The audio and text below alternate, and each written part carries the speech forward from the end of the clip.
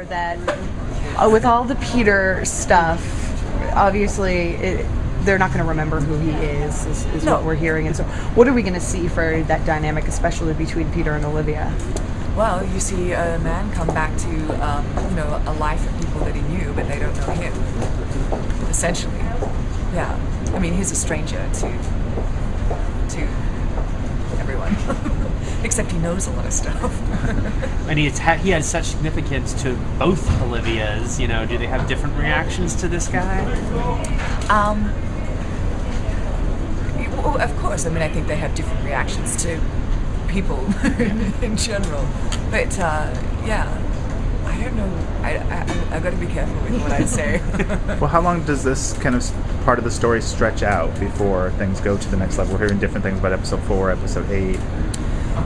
Well, as far as Peter being, not of this timeline, I mean, that's not going to change unless we move timelines, So that's a question for our showrunners.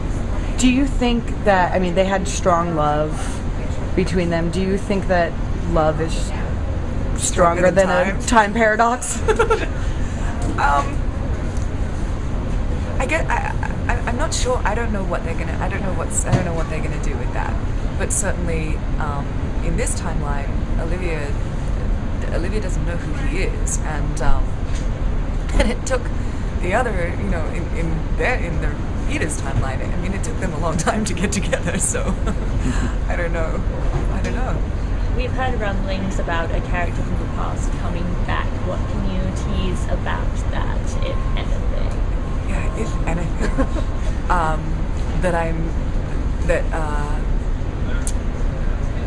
That they're not back yet. Yeah. So I haven't done anything yet, but I'm excited, and I think everybody had been hoping for a while that it would resurface. I'm assuming that Bolivia does not have a child, because who would be the father? Yeah. But eventually there's a lot of good drama there with everyone. With the child. Yeah. Are you hoping to get to revisit that at some point? Only because I really love kids. And working with a cute little kid would be like quite a lovely distraction. But yeah, no, I mean, like, it's not possible if they've never met. Then possible. So unless we end up going back to the other timeline, which may happen, I'm not sure. Little Henry is no more. John was telling us how he can't help but root for original Olivia, when it's like the two of them, you playing both characters. Do you have that vested interest in one over the other, or is it interesting for you to have sympathy for both of them? It's funny, because I guess it depends on what the story is that we're telling, in that particular episode. You're always kind of more, you're always more engaged when you're doing stuff that's like connected to something you set up, or connected to people that relationships with the people that you've been working with. But I guess of course I love Olivia. I've been she's who she is. But for me, I don't know, because we call her Olivia still in the script, is she's still kind of fresh. I don't get to play with her all that often, so it's just like a lovely break and change of pace. And I was saying to the others just before too, in the alternate universe, Lincoln is in charge of the Fringe team, and so he kind of carries the weight of of the stuff that Olivia has to carry on this side, which is very serious, very straight, very responsible, and that's that's tiring. Whereas in the alternate universe, because it's Lincoln, I can just kind of come in and do my thing, and so it's easier. Having Seth now playing the Lincoln in the main universe, and having that different chemistry of this. Yeah, and it's completely different. I love their interaction in the old universe. I think they're so buddy, and it's like, I don't know, they feel like it feels like they're very much a team. But it was super weird, because I hadn't, when Lincoln first appeared on this universe, it was during the Bell stuff, so I didn't work with him at all. And so the beginning of this season, it was like, oh, it's Seth, but no, it's not. It's not the Seth I remember, you know. So that's been fun, actually. They've made note of a lot of the differences now of this timeline. Olivia, she murdered her father, all that. Are we going to find out some more about the sort of past and the differences there as well?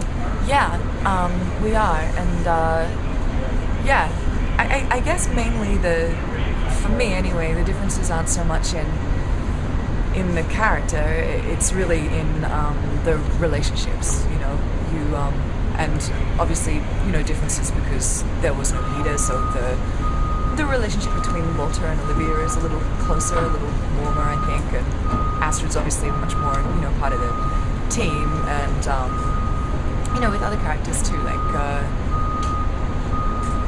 Nina, and we haven't seen Nina yet, but there's some fun stuff coming up between her and Olivia. Sorry. No, what were you gonna say? I was just gonna say, so playing Olivia and Bolivia, is it an easier switch for you now since you've been doing it for a while to play both? Yeah, they do blend into each other a little bit because you change so quickly, and when they're doing the interaction, you literally have to lock the camera and then go change and come straight back, so there's no space in between, like there's no easing into it, and you need to be focused. But it's because Seth also has alternate characters too, and what's funny is I'm actually finding it harder being the one not changing, because I think when you're playing both, you're aware that you need to be so on top of what you're doing and so on top of who you are that you kind of I don't know, you've really prepped. But when you're, but when I'm saying Olivia and I'm looking at the other two, that's when you're like, oh, because it's not you, and then what are you going to do? And I can't, and so I found that tough.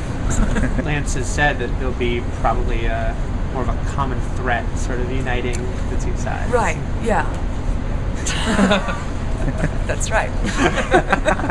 Go on. He also said that episode 8, which you guys are now. Me with what he said. I'm just. And he said that you'll tell us everything. Yeah, that's what they said. Sure. I'll show you on the camera. Yeah. He said that episode 8 is a big game changer for this season. He said it was pretty huge. Yes. Can you elaborate on that? I know you probably can't you can't just tell us, but can you elaborate on that? Well, I think all the things that you're sort of like getting little pieces of kind of culminate in this episode. Things like, what's Peter's role going to be? Is there a threat? Can the two universes come together? Who's responsible for this? There's a bunch of stuff kind of gets picked up. A lot of the balls that we threw up kind of end up coming out. Do you think we've seen the last of William Bell? I think in the form of Leonard Nimoy, yes. What's the relationship like with Walternate and Bolivia at this point? Again, not being sure what their history is now. They obviously split apart last season, and are much more. She was kind of willing to see the other side's perspective much more than he is. What's that relationship like now? Well, I think that when that started to kind of when that relationship shifted was when Henry was born, and he realized that, and so because that hasn't happened, he's the Secretary of Defense, and ultimately I think that he is to Bolivia how he was when we first met her and him. He's the big boss. John said that at the beginning of the season that you guys all had your own conversations about, okay, how does this change everything, and how would the cases we've done be different? But then we couldn't. What did he say at the end of that? He said that you realized that most of them could work without Peter, but that there were certainly some that Peter would have to have been there for. So you had to kind of think about that history. Well, I think they also just they choose them when they want to. But we had we sort of sat down and wanted to talk a lot about that, but we didn't know. I mean, we didn't really get that much time to.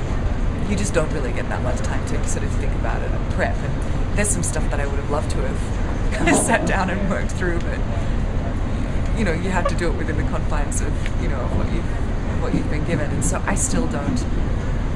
That sounds terrible to say, but of course I still don't know what cases we solved and what cases we didn't. We've done 66 episodes. I can't even remember the name of the last one we shot.